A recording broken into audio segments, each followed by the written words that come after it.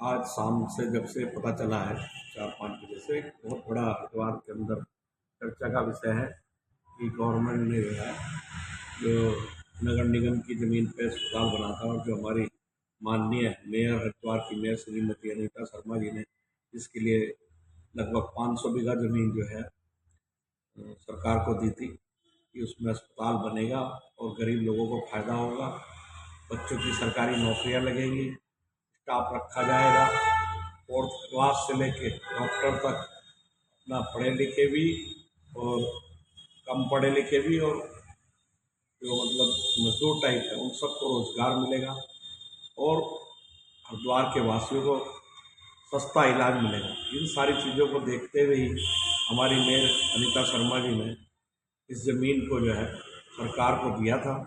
Corona काल चल रहा था उस समय, तो हाहाकार वैसे ही चारों ओर मचा हुआ था।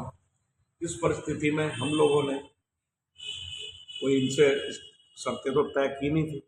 ये तो आदमी तो है 100 बार सोचता है क्या क्या करना है, क्या लिखित करना है, क्या नहीं करना है। लेकिन अब जिस तरह से आज पूरे शहर में एक चर्चा का विषय बना हुआ है कि सरकार ने पीपी मोड़ पे अस्पताल दे दिया है, तो अब वही है कि भाई प्राइवेट लोग तो अपने हिसाब से ही चलाते हैं और जनता को बड़ी जो है आशंकाएं हो रही है, जनता को एक जिज्ञासा भी हो रही है कि भाई पीपी मोड़ पे कैसे अस्पताल चलेगा। लोगों के मन में डर है, लोगों के मन में भय है कि कहीं जो है जो त्याग हरिद्वार की मेयर ने, कांग्रेस की मेयर अनीता शर्मा जी ने जनता के हरिद्वार की जनता के लिए अपनी बेशकीमती जमीन देकर जो है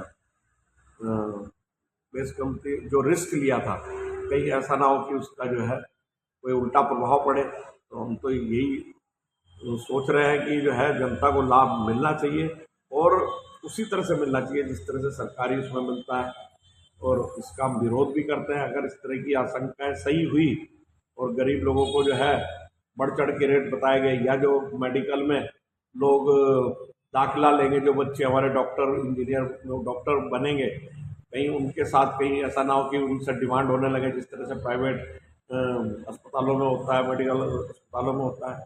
तो ये सारी आशंकाएं हैं।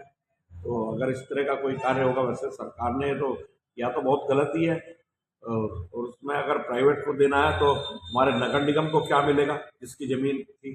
तो अगर प्राइवेट आदमी कमा सकता है तो इसमें फिर हरिद्वार नगर निगम का ही क्या दोष है। हरिद्वार नगर निगम ने जो अपनी खरीदी हुई ज़मीन थी उस ज़मीन को जो है सरकार को सौंपा था, तो सरकार को फिर जो है हरिद्वार नगर निगम को उस ज़मीन का पैसा चुकाना चाहिए।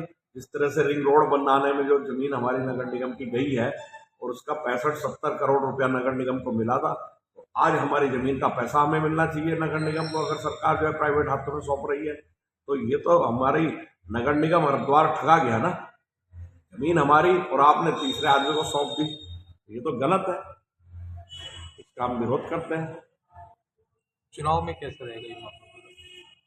बात चुनाव की नहीं है, चुनाव पे नहीं मैं जाना चाहता, लेकिन सरकार वादा खिलाफ तो ही कर रही है ना। सरकार ने कहा था कि हम अस्पताल बनाएंगे, हमें 2 महीने के अंदर अस्पताल बनाना है, फैब्रिकेटेड अस्पताल बनाना है। हमने 2 माह का समय हमसे लिया था सरकार ने हमसे ये तो नहीं कहा, हमारी मेयर से ये तो नहीं कहा कि हम जो है इसको पीपी मोड़ पे जो है किसी तीसरे को सौंप देंगे। तो ये तो जो है वादा खिलाफी है। सरकार पहले कहती कि हम पीपी मोड़ पे देना चाहते हैं, तो पीपी मोड़ पे तो नगर निगम भी किसी को दे देता, उससे बनवा भी लेता और उसको चला भी लेता। अब सारा जमीन जो है निगम की, पैसा सरकार का, तो दे दिया पीपी मोड़ पे। अगर पीपी मोड़ पे ही देना था तो उस पीपी मोड़ पे लेने वाले को कहते भाई अस्पताल तो अपने आप तैयार कर ले, जमीन का प्रबंध तो अपने आप कर ले। मतलब ये अंदर से बंदर बाट है। इसके पीछे जरूर सत्तारूढ़ लोग जो है इस अस्पताल में जरूर पार्टनर होंगे। होगा क्या, पीपी मोड़ पे चला गया, अस्पताल में आज मरीज आएंगे 200 लिख के जाएंगे 500, तो यही होगा। आधार कार्ड का दुरुपयोग होगा और 100 बातें होती है। तो ये आशंकाएं जो है हमारे मन में है, और इस तरह का मतलब जो है जनता ठगा हुआ महसूस कर रही है, हम खुद ठगा हुआ महसूस कर रहे हैं। बात गलत है। देखो अब कल ही तो मैंने लाइव किया था, कहीं ना कहीं मैं तो समझता हूँ कि कुछ भगवान का भी आशीर्वाद है। कल ही मैंने जो है एक लाइव के माध्यम से बताया था कि भाई जो है सर कैसे अस्पताल बना, अस्पताल की सच्चाई क्या है। और देखो कहीं ना कहीं मेरे मन में था यार कि अस्पताल में क्या होने जा रहा, क्या नहीं होने जा रहा, ऐसे तो इसको सुपना नहीं आता। और मैंने देखो कल बोला और आज जो है ये इन्होंने इस तरह का जो है मेरी आशंका सही साबित हुई। तो ये सरकार जो है भ्रष्टाचार में चारों ओर जो है आंकड़ डूबी हुई है। अगर कोई भी इस तरह का काम अस्पताल के माध्यम से प्राइवेट लोगों ने करने की कोशिश की, जिसमें हरिद्वार के लोगों का अहित होगा, जिसमें हरिद्वार के छात्रों का अहित होगा, जिसमें हरिद्वार के जो स्टूडेंट है हमारे जो मेडिकल में जाना चाहते हैं उनका अहित होगा, तो अशोक शर्मा, हरिद्वार की मेयर और समस्त कांग्रेसी इस भाजपा सरकार के खिलाफ ऐसा बिगुल फूकेंगे कि इनको 2027 में अपनी जो है यहाँ पर जो है अपना जो है आसन समेटना पड़ेगा। मैं चैलेंज के साथ कहता हूँ कि अगर इन्होंने जो है इस तरह की कोई बात की तो इनके जो है जिस तरह से अभी तो हमारी 6 सीट है, आने वाले टाइम पे 10-11 सीट भी हरिद्वार में हो सकती है।